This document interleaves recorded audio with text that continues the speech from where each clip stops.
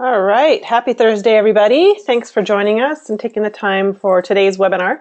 My name is Julie Dunn. I'm on our marketing team here at Geopointe. I'm just going to be helping out with today's presentation, which is going the next level with Geopointe's business and people data layer.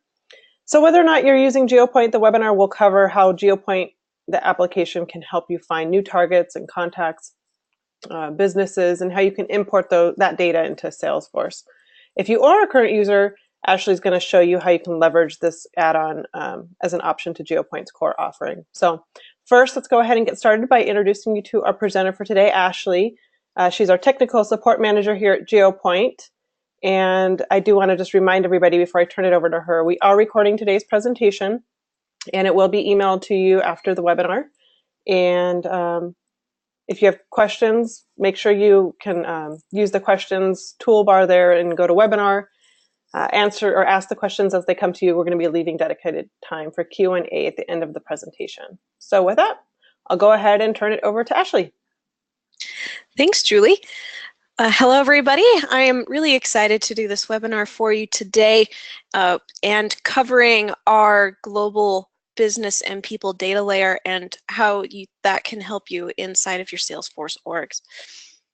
So to get started, I just want to cover quickly an agenda of what we're going to go over today and what this webinar is. It's actually been part of a admin webinar series we've been doing, and this is the final one. So we are really excited with everything we've done with these webinars leading up to this point, and so we're excited to also finish out this series. So we'll start with, for those of you who haven't been on those other webinars, just a quick overview of the information covered in those so that if it is something you want to go back and watch, you can. After we've done that, we'll do a review of our Geopointe terms. For those of you who are prospects and looking at Geopointe, I don't want you to get lost in some of our lingo today. So I'm going to make sure that we cover some of those things so that it's less confusing to you. And once we've done that, we will do an introduction to the business and people data layer. And once we've done that, we'll actually move into the actual demonstration part, which will cover a use case, and we'll focus mostly on setup, but we'll also show you what the whole import process looks like. So it will include your setup process as an admin, but also what the experience will be for your end users. And after we've done that, we will go into the FAQs. All right, so to start out, let's cover our previous webinars. So we've done 3 in the series so far. And the first one was all about your basic setup. You're brand new to Geopointe, you've just installed it into your org, and now what? So it's all about getting this stuff up on the map and getting it set up for your end users to get them up and running in Geopointe quickly. Our second one was focused on customization, and not just, we have an API and the ability to use Apex to customize Geopointe, but we didn't want to focus on that. We wanted it to be about you, the admin, and what you as an admin can do inside of Geopointe without having to be a coder. So we went through things like URL parameters, our create record action, other customizations you can do to existing default actions, and covered that in one of the webinars. The most recent one we did was about our automated assignment, our internal service we call assignment plans, and how you can use shapes on the map and a records location to automatically assign those records into, for territory management, for service area management, and other use cases. And so that's what was covered on that last webinar. These are all rewatchable at any time on our Geopointe website. And that link will take you directly to it once you get the slide deck. And we've also got the breadcrumbs there for you. So if you missed any of those and those are of interest to you, don't fret, you still have a chance to get to that content and watch it. So now let's talk through some of the terms that I'm going to be using today that could potentially be confusing if you are not currently a Geopointe user. So first, let's cover the 2 main tabs that we're going to be focused on today. One is our map, and that is the main tab that we use inside of Geopointe. It's going to be your end user's main experience inside of Geopointe, and that is where all of the actions and all of the searches and all of that stuff is performed. We'll also be spending quite a bit of time today in Geopointe Setup, which is the Geopointe admin view of things, where you're setting stuff up, where you're choosing the user access levels. All of that kind of information happens inside of Geopointe Setup. Next, just two very basic terms to help orient you when I'm talking about some of these things. One is the map object. What a map object is it's us defining your Salesforce objects for mapping. So if you wanted to map your Salesforce accounts on the map, then you would need to define a map object for them, and what that's going to entail is just telling us where the address is, essentially. So when I say map object, typically that's going to mean one of your Salesforce objects, just one that has been made mappable. Data set. I like to think of this somewhere between a list view and a report. This is going to be your query against that map object on the map itself. So this is where you're going to be adding your filters. This is where you're going to be adding your fields. This is where you're customizing the markers that you're going to see on the map. And that's what we're going to be doing there. We won't do a whole lot with data sets today, but it's just so that you're aware that that's a big portion of what we're doing. The other thing I wanted to point out is the saved layers. When you're on the map and you have the control panel on the left-hand side, the saved layers is that very first tab in there. And that is where we're going to spend a big chunk of our time today, because that is not only where you view previously created layers that you want to show on the map, but that's also where you create brand new ones. So we'll be doing new ones, and we will also be recalling previously created ones. All right, so we have our problem here. Here's what we're trying to solve. It would be convenient if we could easily prospect out regions where we want to grow our customer base. I think we all understand that as you're a growing business and you know, through your standard channels, you aren't finding all the business you need. And so you do need to go to other places for this. Our solution is the business and people data layers. And what it does is it actually searches millions of global businesses and people, and they are ready to come into Salesforce for you right there from the map.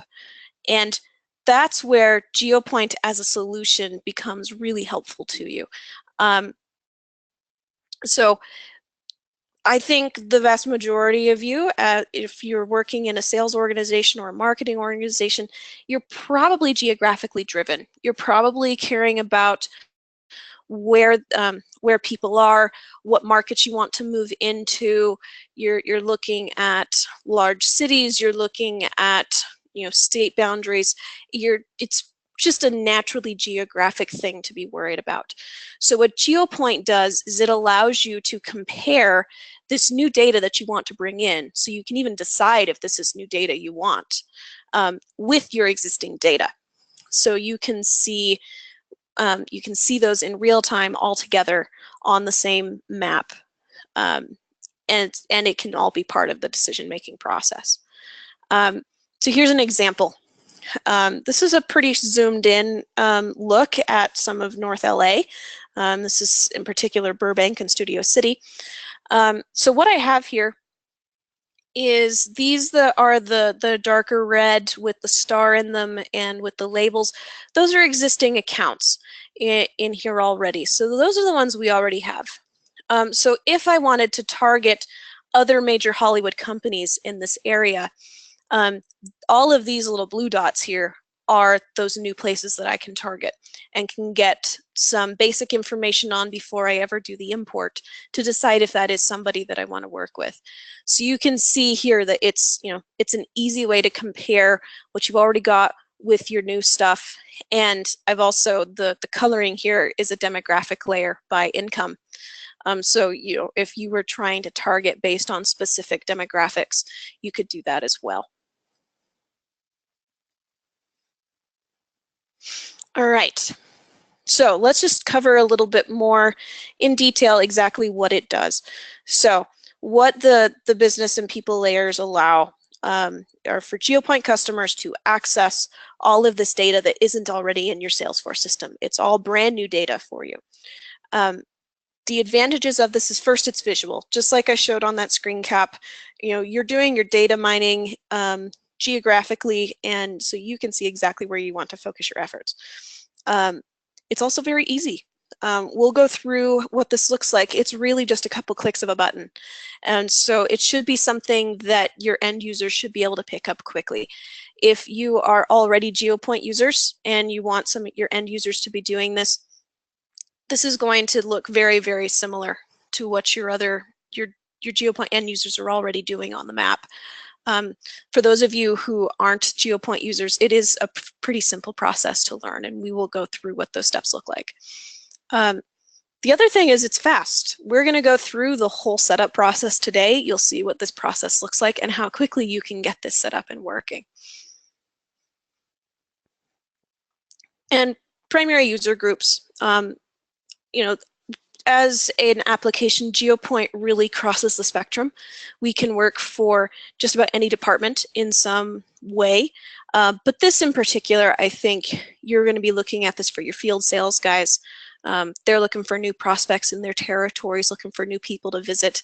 And these can even get added to a route for them to go out and visit. So, if they don't want to do the whole cold calling on the phone, they're ready to go and they can drop off some swag and just make it part of a daily route run. Your marketing team is going to love this because then they are finding the right contacts. They can even, do some filtering by the industry to make sure that they are targeting the right people for the right event, and they're finding that information within a particular range of an event.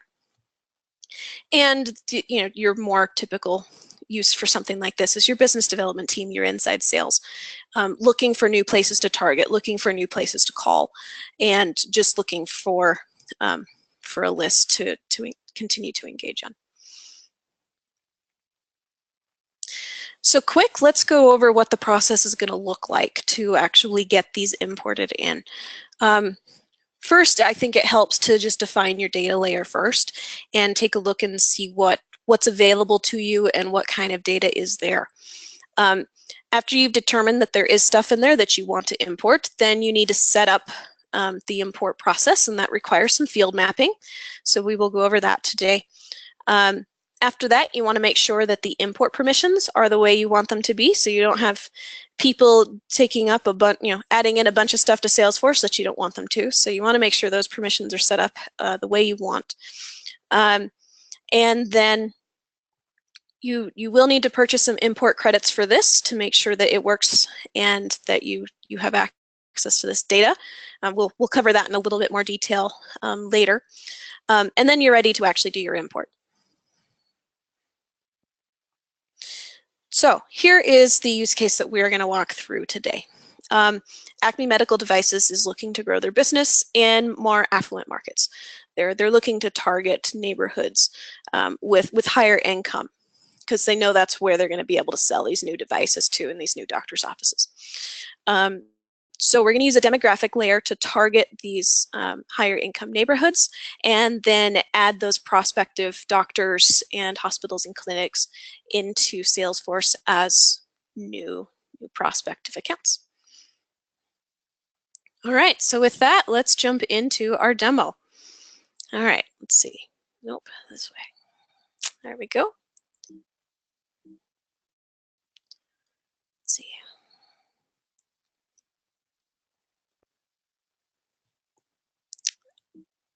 GoToMeeting is giving me a little bit of grief. Apologize for that. Okay, I'll just move it out of the way. All right. Okay, so first things first, I want to actually move this away from Utah, where I'm at, and I want to target Sherman Oaks in LA. Okay. The first thing I want to do is let's actually build out our data layer so that we can see what this looks like. So quick tour of the map here. The control panel, which I mentioned earlier, and the saved layers, that's all happening here on the left. So all of the interactions you're going to do with your data is going to happen from inside of this panel. The search bar, you've already seen me use it. You can enter in a full address, a partial address like I did. You can also search for places in there, so that can be something as general as hotels or restaurants. You can also search, once you have search results on the map, you can search through those results from here. And if you want to add Salesforce data directly to a route, you can do it from there as well. So lots of stuff goes on inside of that search bar. Your options are up here in the top. So you've got your help, you've got your personal settings, traffic, and below that is your standard Google Map options like Street View and Zoom and going to your current location. Below that's all of our shape drawing tools. We won't really be covering those today, but just be aware those are there. If you want a better dive into that, I would recommend our last webinar on automated assignment. So with that, we're ready to make a new layer. So we want to create a new global business and people layer. So I'm going to come here to this plus sign. And it gives me access to all of the different layers I can create.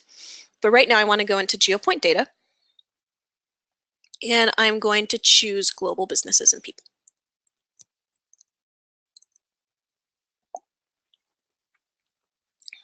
When you create one of these, we have a couple of filters in here just to get you started so you have an idea of what kind of filters are available to you. Right now I'm going to name this guy doctors.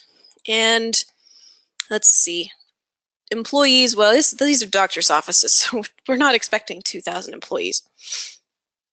So I'm going to drop that down to 20. So I'm looking for offices with more than, with 20 or more employees. I don't care about their revenue per se. And I want to change these industries. So I'm going to go with healthcare. And I am also going to go with hospitals and clinics.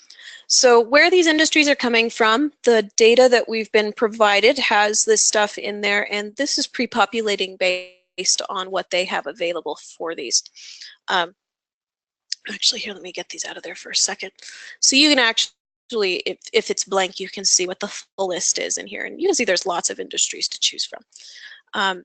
You've also got, if you didn't want to use industry, you've also got SIC codes, you've got NAICS codes, and you could even do it more just targeted by area if you wanted to as well. So you got lots of different filter options in here. All right, and I also want to point out the markers. So you can choose how your markers are going to look on the map. Right now they're set to color by the industry. I'm actually going to just switch that to static. Sorry guys, all of a sudden my throat went really dry.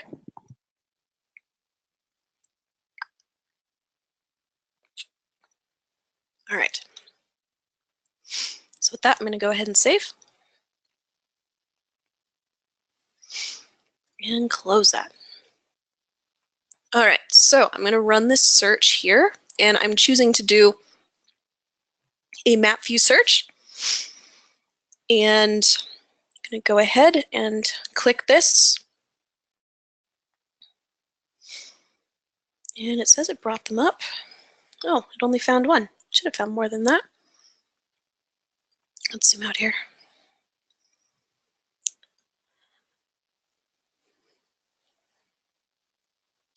Okay, we got a couple more.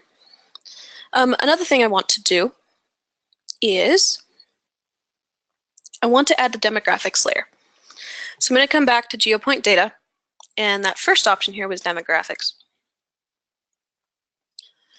So in here we have some metrics you can choose from. In this case, I just want to go with average household income. And then you need to choose your granularity as well. So I want census tract.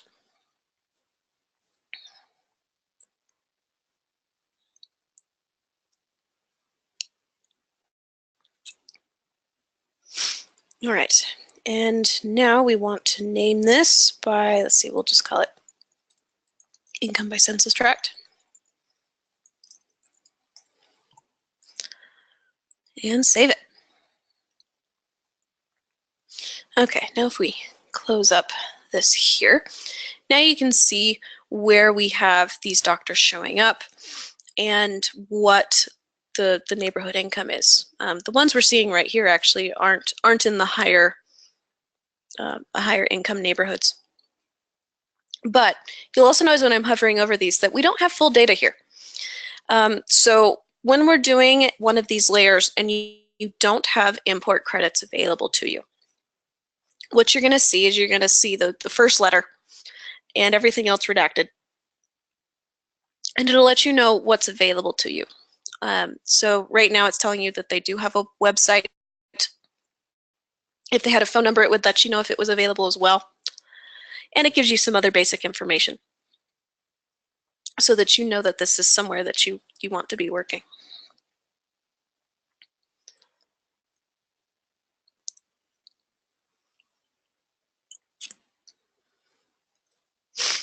All right, it'll also tell you if there are people that are available to import as well. So let's now show you what this looks like if you do have import credits. So I've got this other org up here, and I'm going to take us over to Sherman Oaks here and pull up a very similar search. So I'm going to get that demographics information up just like that. And then I'm also going to load up another business and data layer here for you. Here we go. Showing a little bit more here. Not sure why the two were so different, but so these are still doctors. And now if you look, now they actually have full business names here for you. So when you click on these, you'll notice that some of this information is still redacted. Before you've imported this into your org, you're still not going to know everything about them. But it'll still tell you what information is available. But now you get a better idea of a part of the address. You get the full business name, and it lets you know that and again, it tells you how many people you have available for import.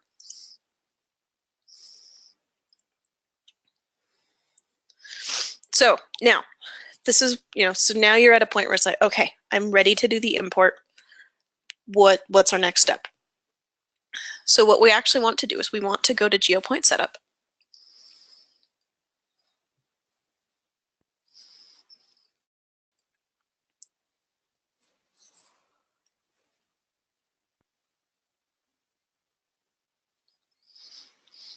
And where we're going to be spending most of our time today is going to be here on the Actions tab and on the Geopointe Data Layer tab. All of the rest of this is also part of your other options as well for getting your data set up. And most of these other tabs we cover in other webinars. So first I'm going to go to the data layer. And I've actually got one pre-created here for contacts, but we're going to go ahead and create one for accounts. So what you're going to do, if you click new here, I'm going to give it a name. I'm just going to generically call it accounts. And you choose which object you want. So in this case, it's businesses or people. Because this is accounts, we want businesses. And it's typically going to default to accounts. You can choose any of your Salesforce objects to try and sync this up to. So if you have a custom object you'd rather this go into, you can do that. But accounts is where it's going to default to. And the nice thing when you're using accounts is it's going to default a lot of this information into existing account fields, so you don't have to deal with it yourself. So this is going to map all of the information we are getting from the external source directly into these fields in Salesforce for you. All of these fields are optional except for this first one, the global business ID. So what this is it's just our way of connecting it out to that other external data. So what this just needs to be there as part of the import process, and you will need to create a new field for it. I haven't done that. We're actually going to walk through it here really fast, but I wanted to show you that that's really the only required field. So let's go ahead and do that. I'm going to go out to Salesforce Setup.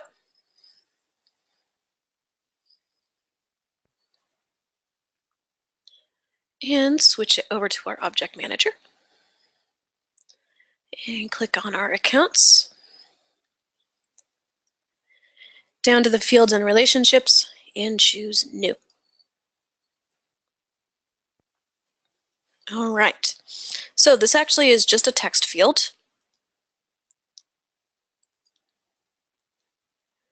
And I'm just going to go ahead and call it external ID. Length, you should be fine at about 50 or so characters, but there's no reason you can't just max that guy out at 255. Click Next. Field level security, I would usually recommend just leave it at whatever your defaults are.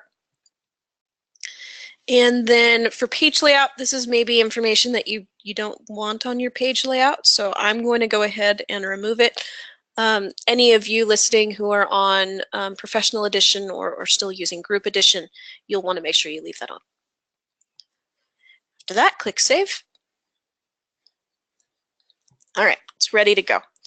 So now I'm ready to go back to Geopointe Setup. I'm going to cancel out of this and redo it.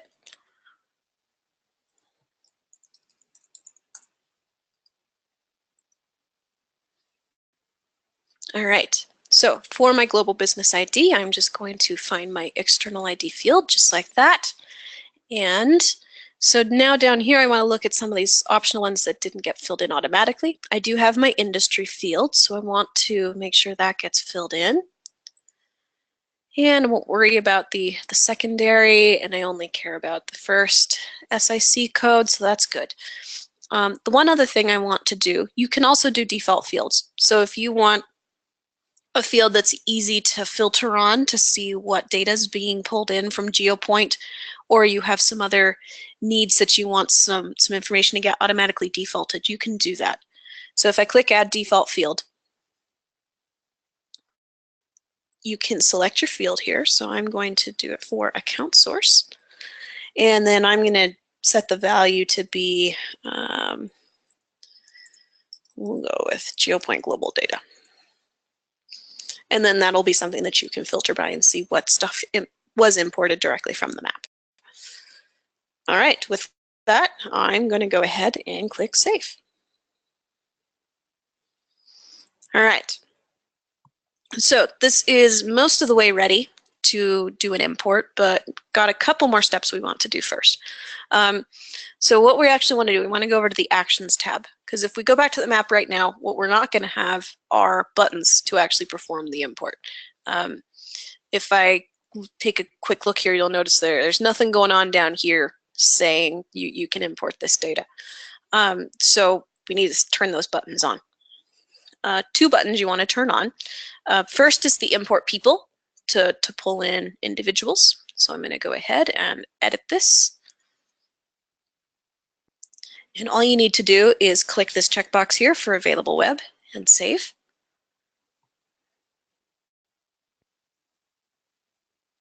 And the other one you want to do is down here at the bottom in the list actions for import businesses. This one actually affects two different buttons.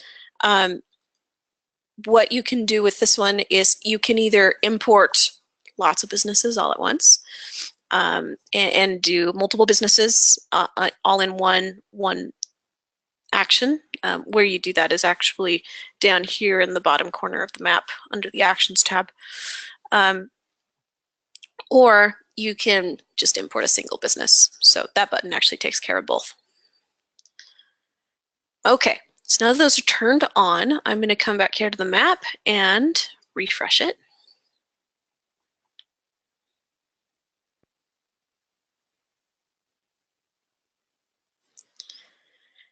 And we're going to recenter it back where I was.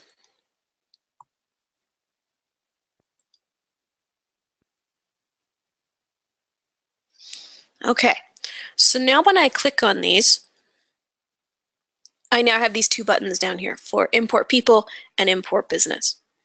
So the process is pretty simple. what you can do, click Import Business, and it's going to tell you what's available. It's got the phone. This is what it looks like. And once you're ready and you're like, yep, this is what I want, scroll all the way down here and you have a button here for import selected. And you're done. It's imported. This now becomes clickable. And if I click on it, it's going to take me out to a new tab. And here we are on accounts, now looking at the information.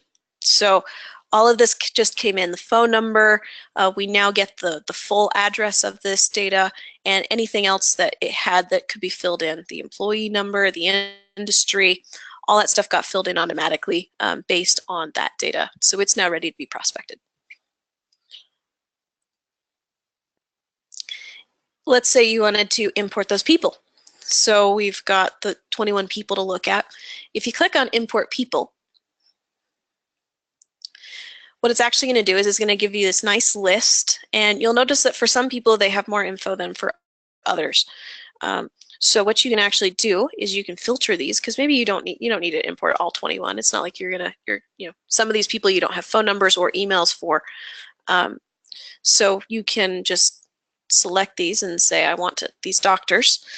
So I've got it filtered down by job function, and I can see I've got one doctor I have a phone number for, which is fantastic, and I have one doctor that I have an email for, which will work too. So I'm going to go ahead and check those boxes and say yes, I want both of them, and then import selected. So now at this point, it's going to make sure that it's going to tie up where you want it to. If I had not already imported Behavior Therapy Clinic, it would have just prompted me with a search to look for another account that I'd want to attach them to inside of Salesforce. Because I did already have Behavior Therapy Clinic in there and it was ready to go, it read the external IDs and said, oh, they match. I know where this belongs. And so do you want to sync them up to this parent account? And so we go ahead and say, yep, import it with this parent. And now they're imported, they're ready to use. So now I can look at Katie.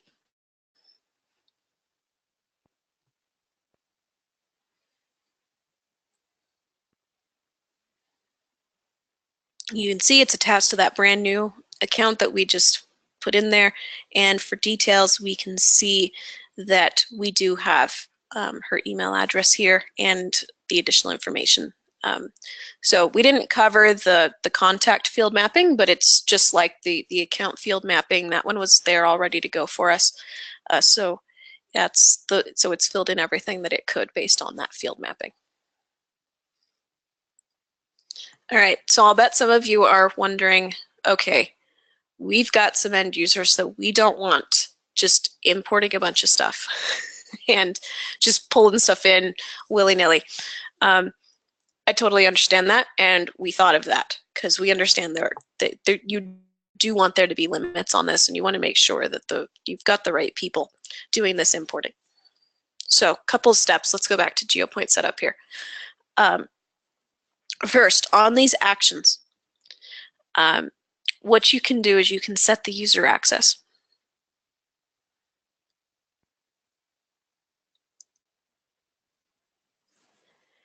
And what the user access is it takes you out to a standard Salesforce sharing detail page, and you can choose who has access to it. Right now, nobody has access to this. I was able to use it because I'm an admin. So if I expand the list and take a look here, you can see my name shows up here. It's full access for being a system admin. But if you wanted to add a specific group of people to use this, or you wanted to, specify even individual users that have access to this, you can. So if you come in here and click add, you can see you've got access to your public groups, to your roles, roles and subordinates, lots of options in here for exactly who you're wanting to show this to. Or if you want it to be individual people have access, you can do that as well. So you can choose exactly who gets access to these, and you can give them specific access and say, I want Paul, Mike, and Larry to be able to do this. So you can do that as well. So that means, after I save this, then that means that these three guys will be able to see it as well as system admins, but nobody else will have this ability. Just another quick note, access level doesn't matter if it's read-only or read-write in these particular cases, so it doesn't matter which one you choose. Okay, so that's how that works. Let's get back to Geopointe setup here. The other option you have is you can restrict users so that they can't import too much all at once. So if we go all the way here to the user settings tab, what you will have here is a list of all of your users inside of Geopointe who have accessed the map, and you can actually make some adjustments to them here. So if Peter, partner here, if we wanted to adjust how many he could import in a month, that's what we're looking at here, is the global business monthly limit. So if we trust Peter to do, maybe 20 imports a month, then we can set that as his limit. And so that's as many as he can use. You can also see how many they've already used. So you can see on mine, it says I've done 9. And so that's available there as well. So this doesn't have to be one of those things where, in the hands of the wrong person, all of a sudden you end up with tons of new data in your org. You can definitely help stop that by setting a monthly limit on people and then updating it if you need to later. Okay, so with that, I think we are done with our actual demonstration on this. And let's go back. I'll answer some FAQs that I'm expecting initially, and then we'll open it up for questions from you. So first, you talked about credits. How do credits work? So the credits are what actually allow you to do the import. Every business and every person that you import deducts from your credits. So the credits are sold in packages. So this is an add-on feature. So it does require an additional cost. So they're sold in packages. I'm not going to go into specifics on the pricing today, but an account executive or anybody else on the sales team would be happy to give you more information on exactly what the costs are and how many you need to purchase at once, and any information on expiration and that sort of thing. So if you're a prospect, don't hesitate to reach out to the sales team, and somebody will connect you with a good person to talk to. And you existing customers, by all means, reach out to your account executive. And I think this is an important question too. How do I know this data is accurate? Our data provider is ZoomInfo, and they are veterans at this. They've been working on this for over 15 years, and this is how they make their living, is on their data being useful and accurate. So it's in their best interest for this data to be accurate and usable, and and we've had great success with them and working with them. Is the data going to be perfect? No, this can't be perfect, but it is very, very good data. I think we've talked about this, but I think it'll help reiterate just what are the benefits of using the tool like this rather than just a standard import or standard data mining. What this allows you to do is get this into Salesforce quickly. You saw how quickly we got that account and those users into Salesforce. I mean, we were talking, that was maybe a space of like 3 minutes to get that in there, and then now you're ready to go with sending out emails or phone calls. So it's going to prove to be a huge time saver for you, and will allow you to focus on other things. And again, be doing this whole process while you're able to look at your Salesforce data at the same time.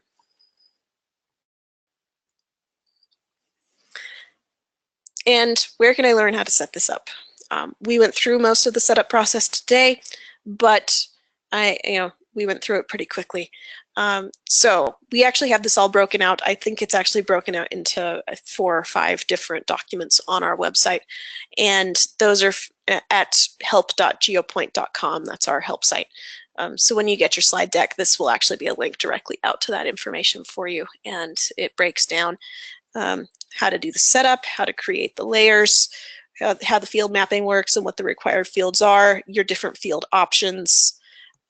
All of that information is in those documents to help you get going. Okay, so just a little bit of wrap up before we get to your questions. As I mentioned, this is the last in our admin webinar series. We've really enjoyed the response we've gotten from this webinar series. I've run all of these webinars and I've loved doing this for you. So all of the others are available on demand. So if the administration basics, the customization, or the assigning and automating your Salesforce territories are of interest to you and you have not had a chance to watch those yet, they are available for you on demand. And you can go back and watch them today. And this is a direct link out to all of those. And once this one is ready, this one will also go up so you can watch it on demand as well. Just because the admin webinar series is over does not mean that you don't have other webinars you can watch. So here's a look at some of our upcoming and new webinars coming. We are actually currently in the middle of a release cycle. And so we have our new release overview webinar coming on November 1st. So that is next week. So if that is of interest to you, by all means, we'd love to have you sign up for that. The following week is Dreamforce. Dreamforce is our big event every year, and we are really excited this year. We're actually going to have two booths, so side by side. There will be plenty of us there to talk to. We love having our current customers come up and talk to us, and we also love talking to our prospects, and there will be plenty of people there to answer your questions in person. So by all means, come visit us at booths 236 and 238. There'll be somebody to talk to. There will also be demos going on pretty much constantly. So lots of opportunities to get more information from us there. After Dreamforce, and after that has kind of calmed down, our newest offering is actually live tracking. So on November 22nd, we are going to be doing a full webinar demonstration on live vehicle and asset tracking inside of Geopointe. So we are very, very excited about that as well. So if that's of interest to you, by all means, please join that webinar. And we've got that link down there at the bottom for you as well. I mentioned we're in the middle of a release cycle. I just want to quickly go over what that looks like and what we go into, or what that entails for us. First, we're always patching updates and making sure that any problems get squashed out so that you have a very smooth Geopointe experience. But our big releases, our major releases happen about 3 to 4 times a year. So we make this a nice long process because we know this can sometimes upset your workflow as Geopointe users. So it'll start with a blog announcement and some emails and the release notes going up. For that November release, those are all up and available, and those of you on our mailing list should have received some of those introductory emails by now. We've also already had sandboxes upgraded. That happened this last weekend. So it'll stay in sandboxes now for a number of weeks before it actually gets automatically pushed into your production org. So during this time, we will make it available on the App Exchange if you want to update your production org early. And when we do that is when we do our release webinar. So that'll all happen next week. And then we will have a longer span of time in there where you can do the manual updates before we actually fully update everybody's production orgs. For this current release cycle, that is set for mid-November. So the timeline varies on this, dependent on what we're expecting the impact to be, and this one varied a little bit also because of Dreamforce. But we're always keeping our customers in mind when we are making these large changes. So with that, Julie, do we have any questions? Yes, we had quite a few questions come in, so let's get to as many as we can. We had a couple questions about the searching for actual people. One of the questions was, do we get direct phone numbers and do you get emails when you're doing searches for people? You do. So let me jump back over here. So what you're going to see initially is just how many people there are for import. So let me pick a different one here. Let's see. Here we go. Okay, so if we look at the import people, the emails are definitely direct emails, and I believe that as much as we can, these are also direct phones. So anytime you see phone, that should be a direct number for them, and emails will be their direct emails as well. So you can also filter this to only show you the ones that have a phone number if you want to, or you can choose phone and email and have both. So just to make sure that you're getting people that you have the ability to contact. There was a question about the demographics layer that you showed. Is that only available in the US? Currently, yes, it is only available in the US. And then what about ZoomInfo data? Can businesses get ZoomInfo data all over the world? Is there any limitations on where it's available? Not that I'm aware of. It should be it is global data. So yeah, ZoomInfo itself is global. The demographics is not, but you have other options outside of the US using our KML layers. So you can still do these kinds of comparisons outside the US.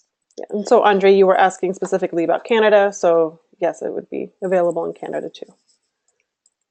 And then if people if you're adding people to Salesforce through the people data layer, are they going to be imported as leads or are they going to actually get imported as contacts? That is up to you to decide. Currently, this one was set up to link to accounts and contacts. But if you set it up here for your contacts, you can choose, instead of sending it to contacts, you can choose to send it to, if I knew my alphabetical order here, you can choose to send it to lead instead. And it'll fill in everything it can from this point as well. And then you can, yeah. So there's nothing stopping you from sending it to leads instead of accounts and contacts.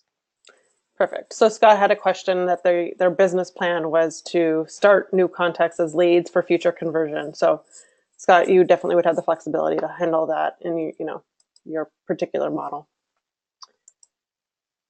And looks like that's all the questions we got that came in. So I think we're all set unless there's anybody else that has a last minute question they're entering. Anything? All right. Well, like I mentioned at the beginning of the webinar, we will be sending the recording along with the slide deck, so you can take a look at that, share it with anybody else in your organization. Feel free to reach out to our team if any other looming questions might come up. And thanks again for joining, and thanks, Ashley, for your presentation today. Have a great day, everyone. Thanks, everybody.